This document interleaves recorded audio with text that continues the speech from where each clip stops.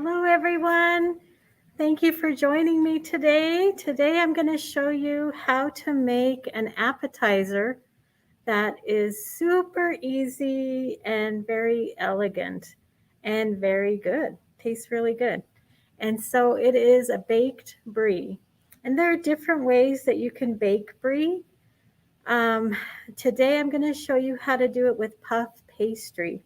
Now, you don't actually have to bake brie with puff pastry, but I like to do that just because it adds an extra layer of flavor to your brie, and it tastes really good. And so brie is a French cheese that dates back to quite a few years ago. They even said like Charlemagne, when he discovered brie when he was in France, he was raving about it, and it was his favorite cheese. And so it's definitely one of my favorite cheeses, and it's a soft cheese that does really well with all kinds of things. So there you can use sweet items on your brie, and you can even use savory items like caramelized onions, tomatoes, whatever you want. I would, if I were you, experiment with it. And so I'm going to show you just a video on showing you the first part, and I'm getting the puff pastry ready for it. And here I am rolling it out. So you let your puff pastry defrost, and then you roll it out. And the cutting board I used was too small, so you want to make sure you have a bigger cutting board, or you use your counter space. And then I'm cutting the edges off because I decided I'm going to use some of those edges to put on top and make a little leaf um, kind of decoration on top of your brie while it's baking. And so that's why I'm cutting. And I'm not doing a great job of making it, and because I'm not artistic. And so what's kind of neat about baked brie is you don't have to. With puff pastry, it's a very forgiving pastry. You can do a lot with it. It's still a little chilled there. And here I'm putting a little bit less than half a cup of um, jam. And this particular jam I think is blackberry. And I just kind of am putting that over the puff pastry, kind of starting with that layer. And a lot of jams work really well with brie. And so I'm just smoothing that on. And then I'm going to add some dried fruit. And so the dried fruit that I have are dried cherries. Right now, around this time of year, cranberries, dried cranberries are a real popular item to put on your baked brie. But I had some dried cherries, so I just added those to it. And then those are pecans. They're pralines, so they're sweetened pecans. And then I love pumpkin seed, so I just threw in some pumpkin seed on there. Gives it a nice little something a little crunchy so that you can eat while you're having your cheese. So you've got all your sweet and a little bit of salty in there. And then this is an egg wash.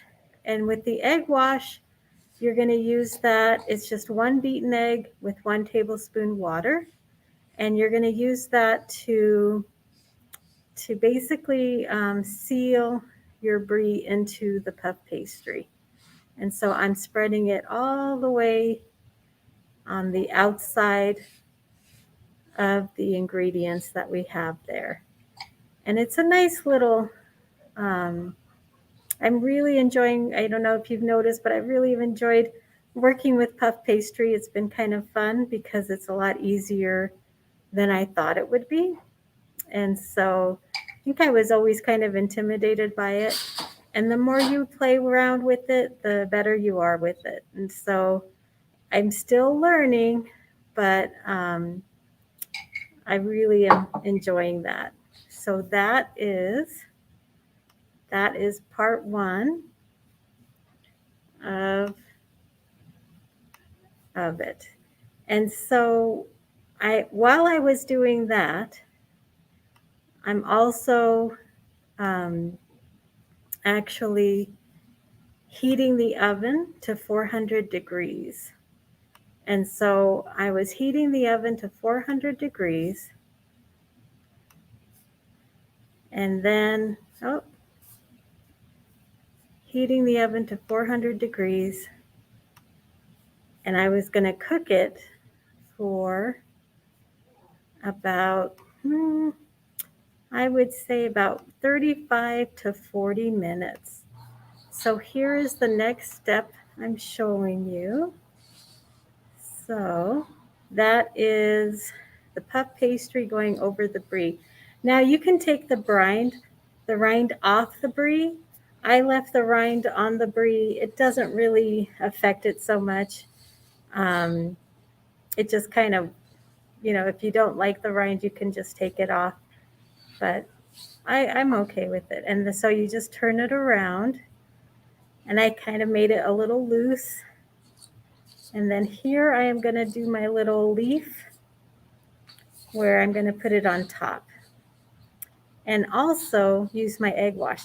So learn from my mistake. In my mistake, I actually should have put the brie at that point on top of the dish that I'm going to bake in. So I had a dish to the right with some parchment paper. And so the parchment paper helps just an easy cleanup when you throw something in the oven. So if you've never worked with parchment paper before, it's super easy, and it just makes cleanup so much fun. And so, because sometimes you don't have to clean anything, and that's even better. But I should have put that brie on top of the parchment paper first, and then I could have went ahead and covered it with the egg wash on top, which it works out. It worked out. I just used my hands and moved it when it was ready. So there's my leaf, and it's not real fancy, as you can see. It's just a triangle. Putting some of my triangles on. I did put like a little design on it, just kind of with the knife, made a little design. Now, if you wanted to get fancy, you could get like some cookie cutters and cut out some fun little designs on your leftover pastry there that you use to decorate. And then I've got my little ball. And then I end up washing that with the egg wash, putting that over. And then I'll stick it in the oven for about 40 minutes. I went ahead and did the full 40 under 400, and it really turned out pretty. So you can see I'm not artistic at all. It's just kind of throwing on some extra layers there. And then they ended up,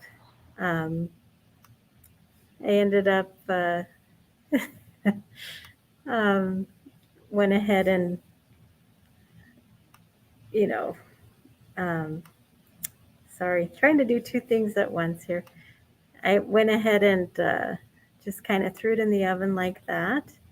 And then what you're going to see is you're going to see the finished product, and it is really beautiful.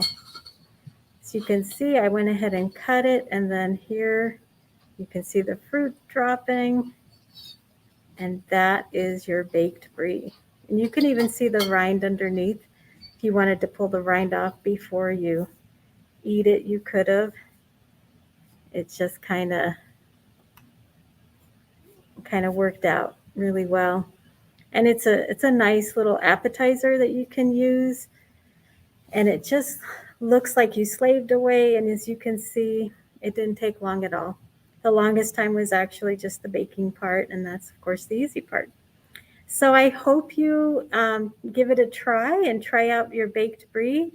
Check and see like what other kind of toppings you'd want to put on it. You can put some caramelized onions.